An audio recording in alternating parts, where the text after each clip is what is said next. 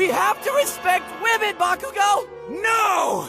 If she breathes, she's a thought! All women are queens! When I first heard of Boku no Hero Academia, or My Hero Academia, back in the summer of 2016, I initially had no interest in watching it. Between the MCU and DCEU, my superhero fatigue was in 5th gear. That conflated with what I thought was an overrated first season of One Punch Man, I was done. There was nothing left the superhero genre could show me, or so I thought. Benny the Platypus, what an unexpected surprise. And by unexpected, I mean completely expected!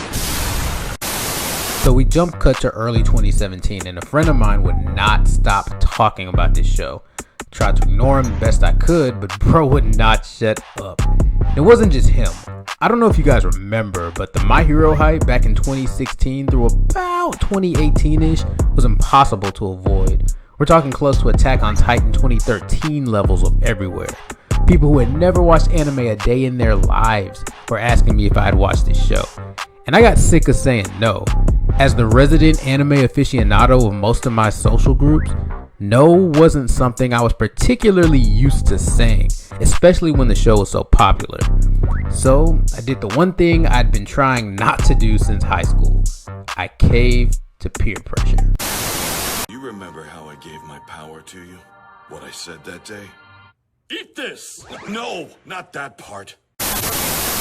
Now, with every new anime I watch, I live and die by the 3-episode rule. For the uninitiated, the 3-episode rule is when you give a show a fair shake and watch with an open mind despite any cynicism or hesitancy you may have for just 3 episodes. If you don't like it, you move on to the next show knowing you gave it a shot.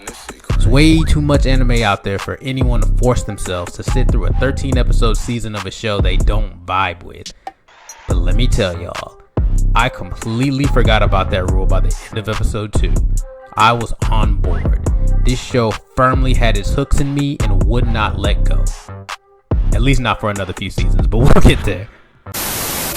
Holy stinking super crap! Aside from the fantastic animation courtesy of Studio Bones, the thing that sold me at first was the relationship between All Might and Midoriya.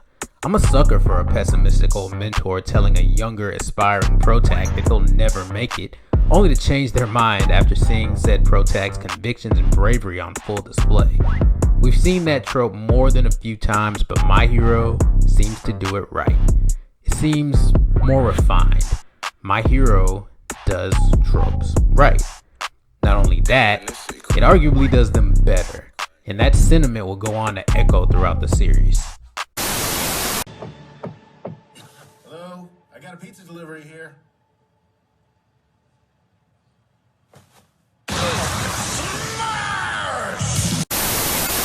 We've got our underpowered hero who gets stronger throughout his journey, the old master mentor, the stern teacher with a heart of gold, the best bro, the love interest that doesn't have nearly enough screen time or character development, the friendly rival, the asshole rival, even the villain that everybody thought was gone making a Tom Brady 4th quarter comeback. You get it.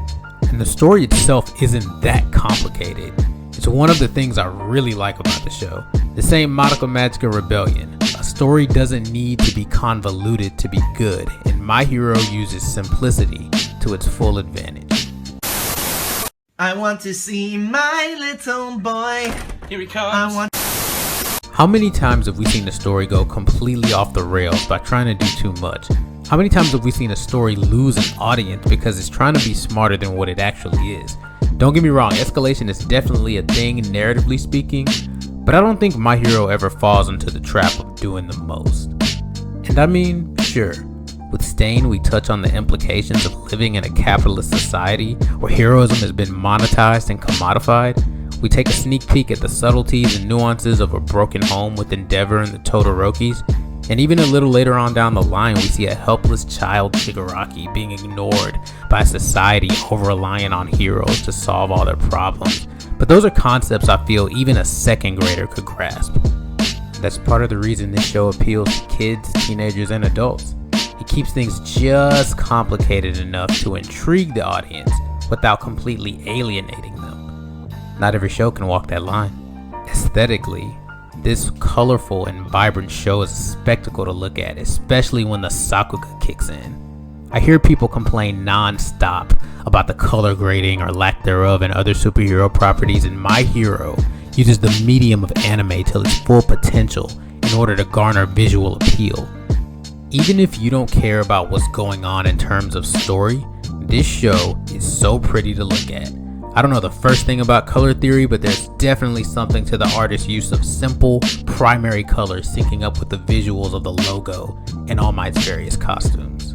This is something that kids love, even if they can't quite articulate why, and adults can take notice of and appreciate. This is an easy and simple way to maximize your audience. You've got such a beautiful face, my dear. That killed me, Glamoroki! Seriously, I might die! Well, I don't know, was it really all that fun? Now, I think we all know that there's better anime out there, but with rare exception, they don't do a great job of trying to appeal to everybody. That's not a bad thing per se. They know who their audience is and they work off of that. I don't think there's a ton of overlap between slice of life enthusiasts and shonen fanboys. My Hero's generic nature manages to work in its favor by creating an environment that just about anyone can enjoy or at the very least tolerate. Even someone like myself who doesn't even like shonen all that much, other than JoJo's and Yu Yu Hakusho maybe, can watch My Hero with little to no issues. But what I see as a strength and simplicity is used as fuel for negative criticism by the show's biggest detractors. And that's fair. We've seen a lot of been there, done that with My Hero. From Fist of the North Star, down to Dragon Ball, down to the Big Three. This show is what I think is the ultimate culmination of decades of those tropes and storylines, so of course you're going to see some reverberations from all that content. You have African American rappers saying N-word this and N-word that, but a Caucasian can't. So say it. This show gets compared to Naruto all the time, and I can absolutely see why, but I don't think it's entirely fair to judge a show based on its shonen predecessors and not by its own merit. Even though they're from the same genre, some of these newer shows like Demon Slayer and Black Clover and Jujutsu Kaisen deserve to stand on their own despite being the heir apparents to the previous generation. Although I do think it's absolutely hilarious that Midoriya tries to talk no jutsu his way out of fights. It doesn't work. With this being one of the most popular anime in the world, I don't think I need to touch on the story that much, so let me give you the SparkNotes version. My Hero Academia is a story about Izuku Midoriya and his journey to become the #1 hero. Just about everybody in this world has superpowers, or quirks, except for him. When his friend/bully gets into some trouble with a villain, a powerless Midoriya springs into action to save him. This gets noticed by a depressed current #1 hero, All Might. With his sense of heroism renewed, he agrees to train Midoriya and transfer his super strength quirk to him called One For All. With his new quirk that can break his bones if he overuses it, Midoriya enrolls in UA High, basically Hogwarts for superheroes. While there, Midoriya has to figure out how to control his powers, confront his bully as well as his fears, occasionally fight villains, and ultimately learn what it means to be a true hero. Along the way, he makes both friends and enemies, saves some lives, and learns valuable life lessons that'll stick with him forever. We have a recurring segment on our show called Explain That Gram, where we do a deep dive on our One person improves the power, then hands it off to another person. It continues to grow as it's passed along. Okay, is this not just Sky High or Harry Potter? I mean, come on. But you see what I mean though, right? I'll admit there's a little more to it than that, but in all honesty, it ain't that deep. It's pretty basic. Not everyone wants to sit through Ava levels of complicated. Now, I understand why that could turn a lot of people off, but it works for me because it's done so well. And I love Ava. I love the clash of ideals in Fate Zero. I love the exploration of justice in Death Note. I love the examination of personal agency in Mob Psycho. I love the use of boobs and butts as an allegory for the dangers of war and weapons of ass destruction in Keijo.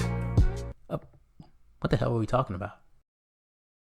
What are we talking about? My point is, sometimes it's nice to just turn your brain off and watch a simple story about a boy and his classmates trying to be the best heroes they can be in a world growing more and more dangerous by the day as they face challenges and trials that test who they truly are as people deep down.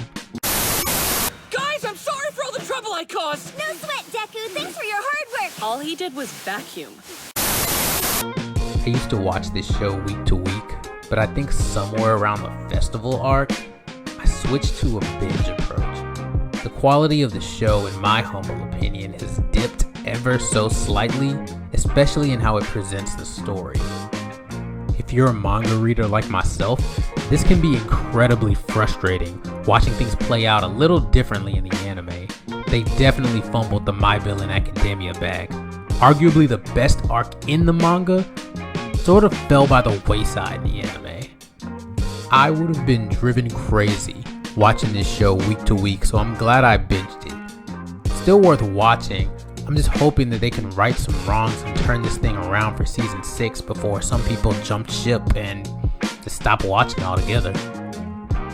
Look, we all know Midoriya is gonna be the #1 hero. We knew Naruto was gonna be Hokage. We know Luffy is gonna be the Pirate King eventually. We know the babysitter's gonna bang the pizza man. But we're watching to find out why and how.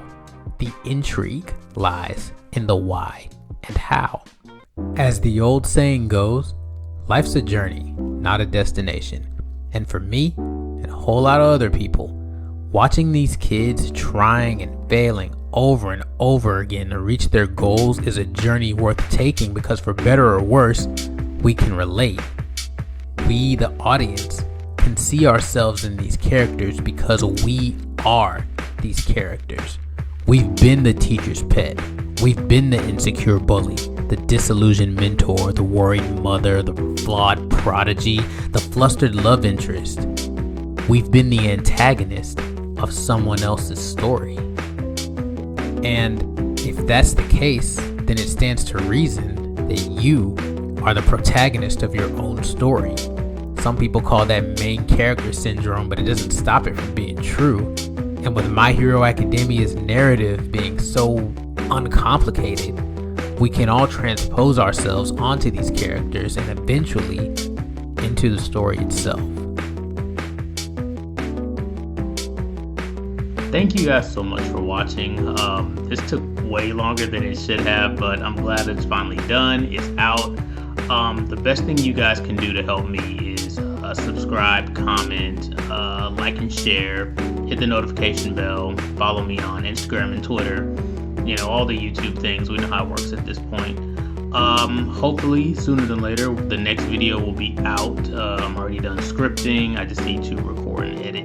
And like I said, hopefully that can be done relatively quickly. I learned a lot during the editing process for this video, what works, what doesn't work, what I can and can't get away with. Well, I guess we'll find out when the video is out what I can and can't get away with. But thank you guys again for just watching the video. It really means a lot to me. All right, that's a wrap. Y'all be easy. Thank you so much.